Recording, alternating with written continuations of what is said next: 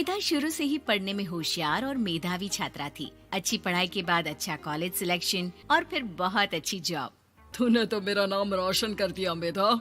अरे लेकिन ये जो काम करने का तरीका है ना, इसे बदल ले। 18 घंटे काम करेगी तो कल को बच्चा कैसे संभालेगी? तुम्हारी तरह पागल नहीं हूँ माँ, जो बच्चे और परिवार में फंस जाऊँ। मैं तो जिंदगी खुल कर जीऊंगी। सब कहने की बात होती है बेटा, अपने बच्चे का सुख हर कोई चाहता है। वक्त बीतता है और मेधा की शादी हो जाती है। शादी के कुछ सालों में ही मेधा एक सुंदर से बेटे की माँ बन जाती है। अरे यार, मेरी मैटरनिटी लीव खत्म हो रही है, क्या करे? माँ भी नहीं आ सकती, कैसे मैनेज करूँ? ऐसा करते हैं, इसके लिए एक केयर टेकर रख लेते हैं, वो देखा करेगी इसे। मेधा को पति की बात जंच जाती है और वो केयर टेकर की तलाश शुरू कर देती है। एक दिन उन लोगों के घर एक महिला आती है जो दिखने में पढ़ी लिखी लगती है। जी, क्या काम है आपको? मैम, मेरा नाम स्नेहा है। आपका एड देखा केयर टेकर का, क्या मैं आपके यहाँ काम कर सकती हूँ? हाँ, क्यों नहीं, लेकिन आप तो अच्छे घर की लगती हैं, फिर नौकरी क्यों? दरअसल मेरे ससुराल वालों ने मुझे घर से निकाल दिया क्योंकि मैं माँ नहीं बन सकती और माता पिता भी नहीं है इस दुनिया में। तो अरे, कोई बात नहीं, तुम लक्ष्य को ही अपना बच्चा समझो और यहीं रहना, और किसी भी चीज की जरूरत हो ना तो बता देना। नेहा खुशी खुशी लक्ष्य को संभालने लगती है। रात को जब मेधा घर पर आती है, अरे क्या बात है स्नेहा, तुमने खाना नहीं खाया क्या? अरे दीदी, आपका बेटा टाइम दे तब ना। अरे तो जब वो सोता है तब खा लिया करो। तब तो मैं इसके पास ही बैठी रहती हूँ। कोई मच्छर या कीड़ा काट ले लक्ष्य को तो अब आप पकड़ो, मैं खाना खा लेती हूँ। स्नेहा वहाँ से चली जाती है। बहुत ही अच्छे से ख्याल रख रही है ये लक्ष्य का। मेधा, इतना तो शायद तुम भी ध्यान नहीं देती। मेधा को पति की बात बुरी तो लगती है, लेकिन कुछ नहीं कहती। धीरे धीरे स्नेहा मेधा और उसके पति के साथ बाहर भी जाने लगी।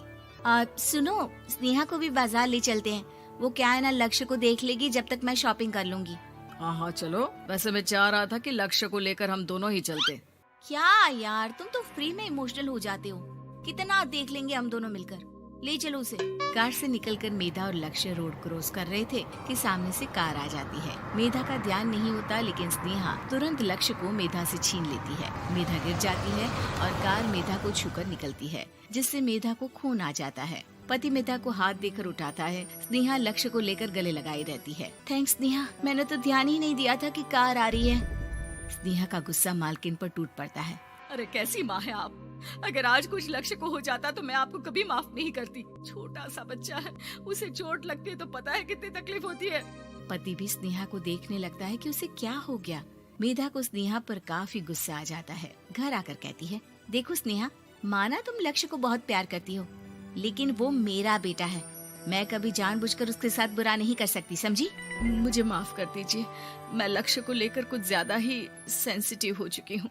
मैं ध्यान रखूंगी कि आगे से ऐसा ना हो। मेधा का मन स्नेहा से अब हटने लगा था। एक शाम मेधा ऑफिस से घर आती है कि लक्ष्य उसे दिखाई नहीं देता और ना ही स्नेहा। वो स्नेहा के कमरे में जाती है जहाँ दोनों सो रहे होते हैं। अरे स्नेहा, लक्ष्य को आज इस कमरे में क्यों सुला दिया? दीदी, मुझे नींद आ रही थी, ऐसे में उसे कमरे में अकेले लिटाना मुझे ठीक नहीं लगा। मेधा बच्चा उठाने लगती है कि स्नेहा टोक देती है। रहने दीजिए ना दीदी, सो रहा है, फालतू में नींद खराब हो जाएगी। मेधा को गुस्सा आ जाता है और वो बच्चा उठाकर वहाँ से चली जाती है। अगले दिन मेधा स्नेहा को बुलाती है, साथ में एक और लड़की खड़ी होती है। स्नेहा, अब तुम अपना कुछ और देख लो, हम लोगों को नई केयर टेकर मिल गई है, तुम इस हफ्ते घर छोड़ देना। स्नेहा का मन लक्ष्य को छोड़ने का नहीं करता, लेकिन नौकरी तो नौकरी होती है ना। स्नेहा घर से चली जाती है। धीरे धीरे महीने और साल बीतते जाते हैं और लक्ष्य एक नौजवान लड़का हो जाता है। लक्ष्य, आज मुझे मंदिर जाना है, ले चलोगे? ठीक है माँ, एक काम करके अभी वापस आता हूँ, तब तक आप और पापा दोनों तैयार हो जाइए। दोनों तैयार होकर बैठ जाते हैं, लेकिन लक्ष्य काफी देर तक नहीं आता। अरे मेधा, फोन तो करो लक्ष्य को, देखो क्या हो गया उसे। मेधा फोन करती है तो पता चलता है कि लक्ष्य का एक्सीडेंट हो गया है और वो सिटी अस्पताल में है। जल्दी चलिए, पता नहीं कैसा होगा मेरा बेटा। अरे चिंता ना करो, सब ठीक होगा, मैं अभी कार निकालता हूँ। दोनों मियाँ बीवी अस्पताल पहुँचते हैं, जहाँ वो लोग देखते हैं कि लक्ष्य बिस्तर पर पड़ा होता है। एक महिला इन्हें यहाँ लेकर आई है, वो वहाँ बैठी है, लेकिन फिलहाल तो आप लोगों को इनके लिए किडनी का प्रबंध करना होगा। एक्सीडेंट में इसकी किडनी डैमेज हो गई है। मेरी ले लीजिए डॉक्टर साहब, मेरे बेटे को बचा लीजिए। नहीं नहीं, आप माँ हैं, आपकी नहीं ले सकते, पिता की भी नहीं। आप किसी रिलेटिव या दोस्त से पता कर लें और हाँ थोड़ा जल्दी करें क्योंकि देर होने से मामला बिगड़ सकता है। मेधा बैठकर रोने लगती है कि वहाँ डॉक्टर आ जाते हैं। जिस औरत ने आपके बेटे को यहाँ भर्ती कराया था वो अपनी किडनी आपके बेटे को देना चाहती है। हाँ? कौन है वो? कहाँ है वो? तभी वहाँ स्नेहा आ जाती है। स्नेहा तुम? मैं लक्ष्य को पहचान नहीं पाई थी, लेकिन आप लोगों को देखकर समझ गई कि ये लक्ष्य है, इसलिए वापस आ गई। मैं अपनी किडनी आपके बेटे को देना चाहती हूँ। मेरी अपनी तो कोई औलाद नहीं, लेकिन लक्ष्य में मैंने हमेशा अपना बच्चा देखा। तुम धन्य हो स्नेहा, जो इतने साल में भी लक्ष्य को भूल नहीं पाई। सही मामले में तो वो तुम्हारा ही बच्चा होगा, क्योंकि जन्म भले ही मैंने दिया हो, लेकिन आज तुम उसकी जिंदगी बचा रही हो।